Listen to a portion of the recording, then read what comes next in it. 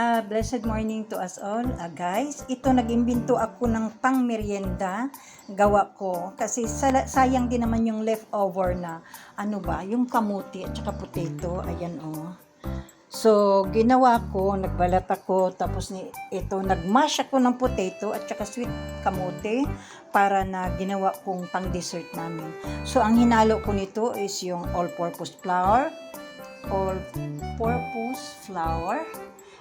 may konting salt, baking powder, and sugar, and milk. Hindi water ang kundi milk. Nilagyan ko na siya ng melted butter and cheese. Tapos yan, binibilog-bilog ko para hindi dumikit. Nilagyan ko ng cornstarch powder. Ganyan. Para plano ko, para hindi pero madikit pa rin. So, ang gagawin ko is I'm using the ice cream So, ito lang muna sa ngayon kasi pag matapos ko na pagluto to, kasi dadalhin ko ito, sasalubong kami sa amo ko sa airport later after ng pasok ng aking alaga. So, mga 6 o'clock kami mag-aantay doon sa airport, sasalubong yung aking amo. So, para hindi na makagastos yung amo ko, ito, dadalhin ko to, lalagay ko doon sa lunchbox, tapos yun yung ngangat-ngatay namin habang magbabiyahe pa uwi.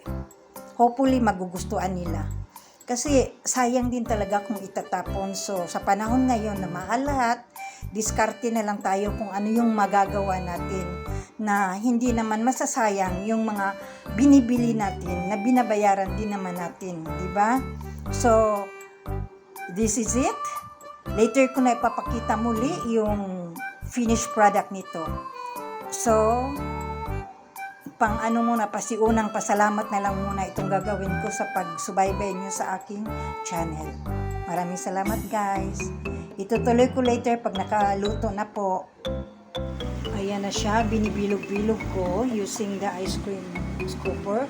And then, para hindi din aksaya sa mantika, yung maliit na frying pan namin, yan yung ginamit ko para yung mantika aalsa ba na marami ang apat-apat na piraso lang, pero at least nakakatipid sa mantika. At saka yung mantika na to, yung pinagamitan ko nung nag-french fries ako. So, sa panahon ngayon, kailangan lang talaga diskarte. Huwag masyadong kasi sa gastos, mahal, tsaka gagastos pa, hindi pa tayo magtitipid, wala na. Okay lang yun doon sa mga mayayaman, pero sa mga tulad natin na halos hindi mamimit yung ating kita sa buong araw dahil hindi tayo sumasahod ng sapat ba? Kaya diskarte, kunting tipid. So guys, ito na yung aking finished product. Hindi ko pa alam kung ano ipapangalan ko, so kayo comment down below para malalaman ko kung ano yung ipapangalan nyo nito. Basta it consists of mashed na potato at saka kamote. May all-purpose flour, baking powder, and then a pinch of salt, sugar, butter, melting butter, and cheese. Yan yun. So maraming salamat. Ayan na, palalamigin ko na. At itong isa, naka-Tupperware, yan. Ko na yan. Para ibibigay ko to sa driver.